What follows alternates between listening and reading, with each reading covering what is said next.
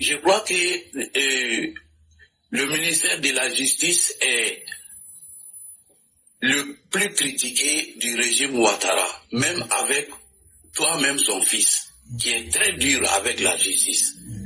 Que doit faire Alassane Ouattara en plus de l'indépendance de la justice ivoirienne? Merci.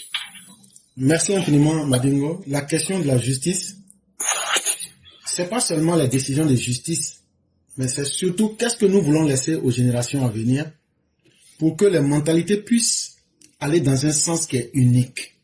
Ça veut dire quoi? Ça veut dire que la justice ne sert pas pour punir. Une justice qui est là pour punir est une justice qui n'apporte pas de résultats. Mais derrière chaque punition, on veut qu'il y ait une correction. Et cette correction-là, c'est ce qui va permettre à la société ivoirienne de ressortir plus grandie. Quand le président dit qu'il veut l'indépendance de la justice, c'est un fait qui est là. Mais il y a quelque chose qui ne fonctionne pas dans notre justice.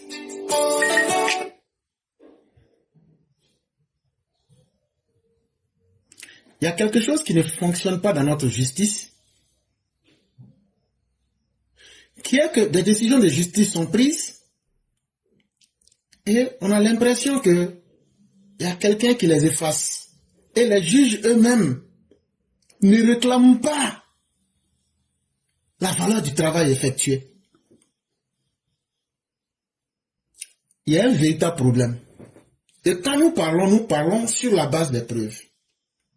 Je vous fais écouter la vidéo suivante. Le Conseil constitutionnel, je souhaite que le jour où les candidatures seront validées, ce jour-là, tous les maquis, tous les endroits de la Côte d'Ivoire soient bondés de monde. Sors ton maillot, c'est final sans jouer. Quand ils vont voir le Diamanako qui est assis dehors, être drapeau de Côte d'Ivoire, maillot de Côte d'Ivoire, tous les Ivoiriens doivent être dehors pour jeter ça dans vos quartiers comme final. On va voir s'il y a le droit ou bien si on est dans le machama. En tout cas, même si ce n'est pas la raison principale, mais en tout cas, cette vidéo-là l'a conduite en prison. C'est Ziggy qui a parlé. En tout cas, cette vidéo-là fait partie des raisons qui l'ont amené en prison. Et entre Ivoiriens, nous savons comment nous nous parlons. Mot d'autre que son patron n'a pas pu lancer là. Mot d'autre que Angroboda c'est la femme de Gbagbo, n'a pas pu lancer là. C'est lui ils ont envoyé pour dire qu'eux ils vont mélanger le pays. Il s'est retrouvé en prison, il est en prison actuellement. Après lui, il y a eu aussi quelqu'un qui s'appelle Chérif Ousmane. Lui, il est venu et voici ce qu'il a dit. Mais les chaînes internationales là, tant qu'il n'y a pas fumé en l'air, le pays va bien. Tant qu'il n'y a pas fumé en l'air, que France 24 n'a pas montré une image où on dit la crise en Côte d'Ivoire, depuis que Thiam a été retiré, ça sauve à Abidjan là. Mais ça sera trop facile. Monsieur le représentant, je n'irai pas plus loin parce que c'est des stratégies. Je suis Dr Ousmane Chérif, je suis cadre du PDCI-RDR. Alors, je fais cette vidéo aujourd'hui pour m'adresser à l'ensemble des Ivoiriens, mais plus particulièrement à nos autorités. Nous reconnaissons, en tout cas à titre personnel et politique, je reconnais que pendant la période préélectorale, nous avons vraiment tenu des propos qui étaient assez forts, des propos qui pouvaient mettre à mal la cohésion sociale, des propos qui pouvaient être interprétés de façon assez négative. Et aujourd'hui, je fais cette petite vidéo pour présenter mes sincères excuses. Mes sincères excuses parce que ces mots ont dépassé véritablement nos intentions et nos raisons. À cette époque-là, je me rappelle que c'était une réunion à la maison du parti et que notre candidat venait d'être déclaré inéligible. Donc avec beaucoup de passion, avec beaucoup d'énergie, nous avons dit des choses qui étaient aujourd'hui de façon rétrospective, nous savons qui étaient inacceptables. Alors je présente mes sincères excuses, mes sincères regrets pour tout ce que nous avons dit par le passé. Une élection s'est tenue, le vainqueur est connu, quelles que soient les récriminations que nous pouvons avoir sur la non-participation de mon parti politique à cette élection présidentielle, une élection s'est tenue et un vainqueur est connu. Et c'est important pour nous, pour chacun de nous, de reconnaître nos erreurs préélectorales et vraiment de présenter nos sincères excuses. Et donc, véritablement, je demande à l'ensemble de mes frères et de mes sœurs, à l'ensemble de mes amis, de mes compagnons en politique, de s'inscrire dans cette logique-là de cohésion sociale, de paix, de stabilité, parce que notre parti politique et la Côte d'Ivoire entièrement en a besoin. Je m'inscris dans cette logique-là pour demander à l'ensemble des Ivoiriens, l'ensemble de mes frères, l'ensemble de mes compagnons, continuons à nous battre pour une cohésion sociale. Ayons des mots qui sont des mots de paix, des mots de stabilité, des mots de cohésion sociale. Beaucoup de personnes m'ont appelé, beaucoup de personnes m'ont dit qui n'ont pas aimé certains de mes propos. Je sais que ça peut avoir un impact négatif. Et tout bon être humain, en tout cas toute personne dotée de rationalité et de logique, quand vous avez fait quelque chose de négatif, vous présentez vos excuses. Donc vraiment, je présente ces excuses-là à l'ensemble des Ivoiriens et plus particulièrement aux autorités ivoiriennes. Je vous remercie. Celui qui parle là s'appelle Chérif Ousmane. De la même manière que Ziggy a dit de sortir pour créer des troubles dans la République là. C'est ce que lui il a demandé. Mais en surplus là, il faut que le feu et la fumée viennent démontrer que le pays va très mal. Là, quand c'est comme ça, la communauté internationale va prendre les faits au sérieux. Donc, qu'on le veuille ou pas là, les deux propos là, c'est trouble à l'ordre public. Comment se fait-il que Chérif Ousmane n'est pas en prison? C'est par quel mécanisme on arrive à pardonner cela? Et vous avez écouté, lui-même il dit qu'avec du recul là, quand il s'assoit aujourd'hui, lui-même il reconnaît que ces propos là, c'est des propos qui ont causé du mal. Ça veut dire, les magasins qui ont été attaqués il y a Moussokro et vidés là, c'est des vies qui ont été détruites. C'est des années de travail qui ont été détruites. Les vies des gendarmes et les vies des Ivoiriens qui sont restés dans cette histoire là, eux, ils ont utilisé leur bouche. Parce que les gens pensent que la parole c'est quoi? La parole, c'est une arme quand on sait la manipuler. Et c'est pourquoi tout le monde ne sait pas parler. Mais une fois que la parole est mise, les conséquences là, c'est les autres qui vivent ça à votre place. Et eux, ils sont conscients du pouvoir qu'ils ont. Et du pouvoir de leur parole, ils ont mis la vie des gens en danger. Ils ont détruit les biens des gens. Mais lui, il est aujourd'hui dehors, en 2026 là. Pourtant, c'est le même crime que Ziggy a commis. Mais Ziggy est en prison. Ne pensez pas que je sois taxé d'amour pour quiconque. Hein? Ce que je dis là, les deux doivent être en prison. On doit traiter tous les citoyens de la même manière. C'est ça le fond de ma pensée. Et c'est cette incongruité, c'est ce mélange de genres là qui fait que tout le monde est convaincu que on s'amuse avec la justice en Côte d'Ivoire. Est-ce que c'est le président Ouattara qui prend de telles décisions? Non, je suis conscient que ce n'est pas lui. Mais d'où viennent ces décisions qui ne font pas honneur ni à la justice, ni à la Côte d'Ivoire, ni à nos institutions? Moi, quand je critique la justice, là, je dis, ceux qui sont des problèmes dans notre système, là, retirons-les du système et faisons une justice. Chérif Ousmane est rentré en Côte d'Ivoire, il circule en Côte d'Ivoire. Il n'est pas allé en prison. Ok. Ça fait déjà 2 exemples. Je vous donne encore un 3e exemple. Nous sommes unis dans ce combat. Nous sommes unis dans ce combat. Rien n'est plus important que la semaine qui vient.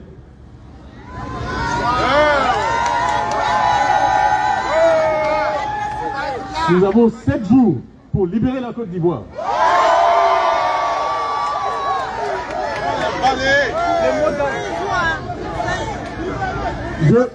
Dieu a créé le monde en 7 jours.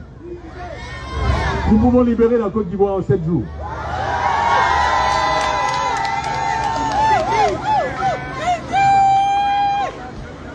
N'ayez pas peur.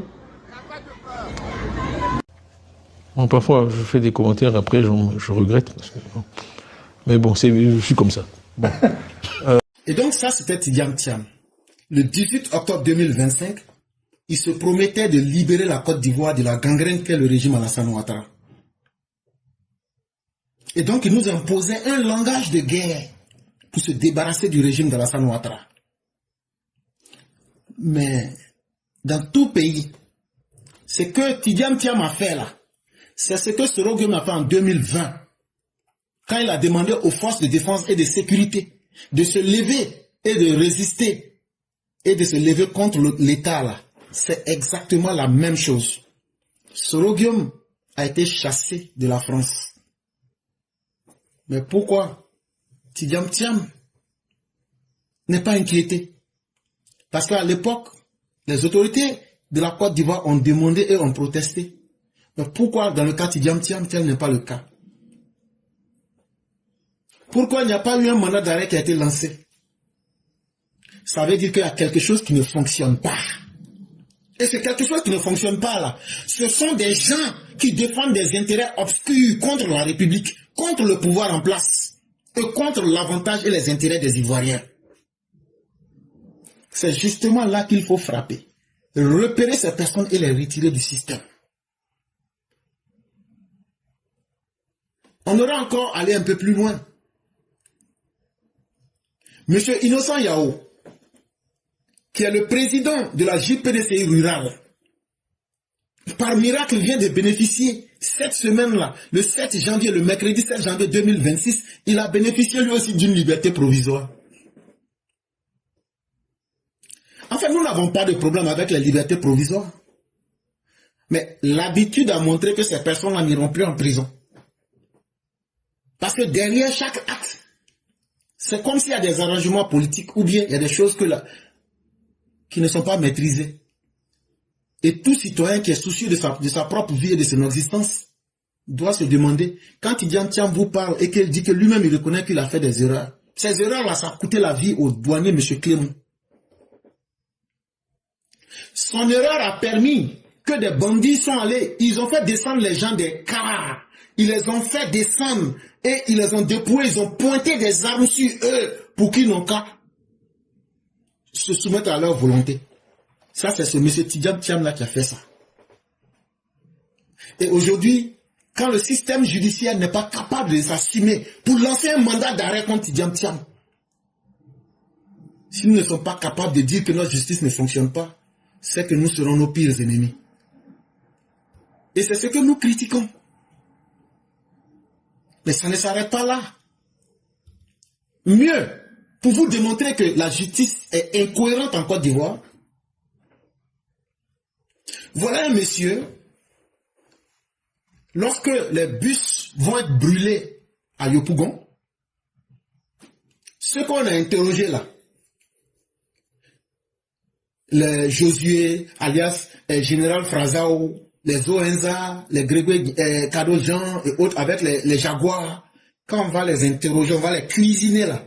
Ils disent c'est Lida Kwasi et puis Kone Boubacar qui nous ont donné l'argent pour faire toutes les opérations là. Mais en plus des bûches là, on devait brûler la mairie secondaire. On devait brûler aussi des stations. La fumée que Serif Osman a demandé là, on devrait incendier. Imaginez-vous si on incendie une station. Ne vous demandez pas, ça va pas, la fumée va pas, le feu va pas brûler que la station. Ils disent, mais celui qui nous a donné l'argent, mais ceux qui nous ont donné l'argent, c'est Lida Kwasi et puis Kone Boubacar. Et qu'est-ce qui s'est passé? Le procureur a fait une note. Il dit, ces personnes-là, on va les mettre en prison pour entrave à la bonne tenue des élections d'octobre 2026 et 25. Et avec des faits d'actes de terrorisme, complot contre l'autorité de l'État, participation à un mouvement insurrectionnel, dégradation volontaire de véhicules et incendie volontaire de véhicules appartenant à autrui. Mais Lida Kwasi là, vous avez entendu le terrorisme, non? Prenons ce mot seul là, et puis limitons-nous à ça. Maintenant là, Bredumi Soumaïla est venu. Après lui là, il a fait la même chose. Quand il est revenu de son voyage et qu'il a été pris là, son avocat Blessi est venu dire que son client Soumaïla Bredumi là, on l'accuse d'actes terroristes. Or, Soumaïla Bredumi est accusé d'actes terroristes autant que monsieur Lida Kwasi. On dit on l'accuse encore de quoi? Incitation à l'insurrection. Lida Kwasi est accusé de participation à un mouvement insurrectionnel. Ça veut dire même type de preuve. Ça fait deux preuves similaires. On dit encore que Bredumi est accusé de haine, de xénophobie, de vol, d'incendie volontaire de biens publics. Lida Kwasi est accusé de dégradation de volontaire et de véhicules et incendie volontaire de véhicules publics. Ça veut dire destruction des biens publics. Parmi toutes ces preuves-là, prenez simplement le terrorisme, c'est un fait qui est extrêmement grave. Mais comment se fait-il que Lida Kwasi est accusé de terrorisme, Bredumi est accusé de terrorisme, Lida Kouassi est accusé de destruction de biens publics de façon volontaire. M. Bredoumi est accusé des mêmes faits. M. Lida Kouassi est accusé d'insurrection. M. Bredoumi est accusé d'insurrection. Mais comment se fait-il que, par quel mécanisme on peut m'expliquer que Lida Kouassi reste en prison et que Bredoumi est en liberté? Ce qui fait que les choses ne marchent pas, ça veut dire que on ne regarde plus le crime, mais on regarde les individus. Et ça, ce n'est pas bon pour l'image de notre justice. Et ça, là, c'est ce que nous critiquons. Ça veut dire que demain, vous et moi, on peut commettre le même crime, mais on ne sera pas traité de la même manière. Est-ce que c'est Alassane Ouattara qui décide de ça? Ce sont nos hommes de loi. Mais qui sont ceux qui sont en train de créer ces incongruités? C'est eux le problème.